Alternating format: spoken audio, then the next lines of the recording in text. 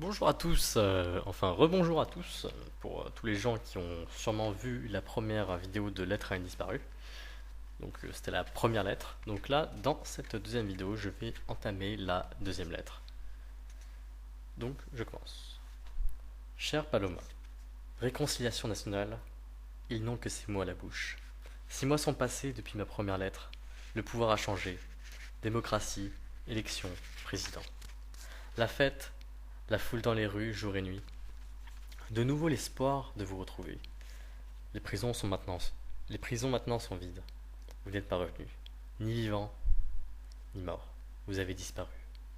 Toi, ton mari, ta fille, et des milliers d'autres personnes. Coupables de subversion. Nous savons par d'anciens détenus que vous avez été conduit à l'école militaire la nuit même de votre arrestation. Qu'ils vous ont laissé, tous les trois ensemble, dans une cellule avec 2 femmes, et qu'ils vous ont interrogé, entre guillemets. Détention, torture. Combien de temps votre calvaire a-t-il duré? Nous l'ignorons. Les témoins sont trop rares, disparus avec vous. Et puis, quelle importance, maintenant, puisque tout est fini. Ne plus jamais t'entendre rire, que dans mes souvenirs amers. Renoncer à l'espoir, creuser ta tombe quelque part, tout au fond de mon cœur, et la couvrir de fleurs. Si je pouvais y retrouver la paix. J'ai rencontré, au cours de mes recherches, d'autres mères de disparus. Elles manifestent régulièrement pour obtenir les corps de leurs enfants, c'est-à-dire la reconnaissance par l'État du crime dont ils ont été les victimes, et donc le jugement des coupables. Mais la justice ne fait rien. Si, des promesses. Quant au gouvernement, il parle tant et plus de réconciliation. Et les militaires continuent de faire peur. Comment t'y prendrais-tu, petite Paloma, toi qui savais dire non?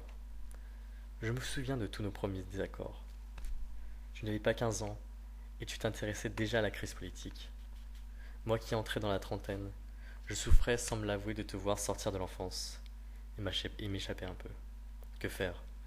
Me battre à leur côté, jusqu'au bout sans faiblir, pour voir tes bourreaux condamnés, pour apaiser mon cœur.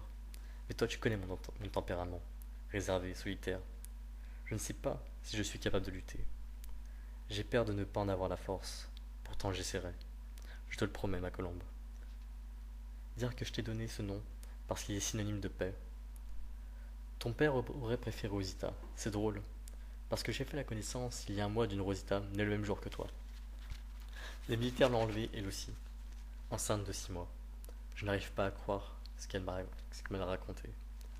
Son mari, Louis, a été arrêté la nuit, comme vous. Les miliciens leur ont bandé les yeux et les ont jetés dans un véhicule. À la prison, la cellule était minuscule et le couple la partageait avec 4 personnes. Impossible de s'allonger, bouger non plus, trouver le sommeil encore moins. Ils s'entendaient crier les autres, toi peut-être en attendant leur retour. Rosita, même enceinte, ne put y échapper. Interrogée à l'électricité, violée comme toutes les femmes devant son mari. Je ne peux pas y croire. Ce ne sont pas des hommes. Et le gouvernement qui veut nous réconcilier avec ça? Paloma, tes bourreaux sont des ignobles barbares. Sont partis en retraite. Gentiment, au revoir, sans rancune, et à la prochaine fois. Les juges seront-ils avec nous? Les militaires essaient de nous faire passer pour des folles, prétendant que nos disparus n'ont jamais existé.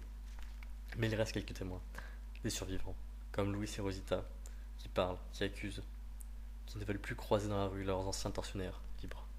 La vengeance mène souvent aux pires injustices. Mais je ne veux pas de représailles. Je veux tout simplement que la justice de mon pays reconnaisse les bourreaux de leurs victimes et punisse les coupables. La réconciliation nationale, c'est l'injustice, l'impunité et pas d'autre chose. Paloma, Paloma, petite fille née de ma chair, donne-moi ta force, ton courage. Je crains de n'être pas assez tenace de retomber toujours au fond de mon désespoir. Heureusement ton père est là, il m'aide beaucoup, tu sais. Je viens de recevoir une lettre de Stella, qui m'annonce son retour. Son mari, Fernando, a trouvé du travail ici. Ils arrivent dans 2 mois, je vais leur chercher un appartement à louer. Dans le quartier, bien sûr. Enfin une bonne nouvelle, je t'embrasse fort. Maman. Et c'est ainsi que se termine la deuxième lettre. Ciao ciao.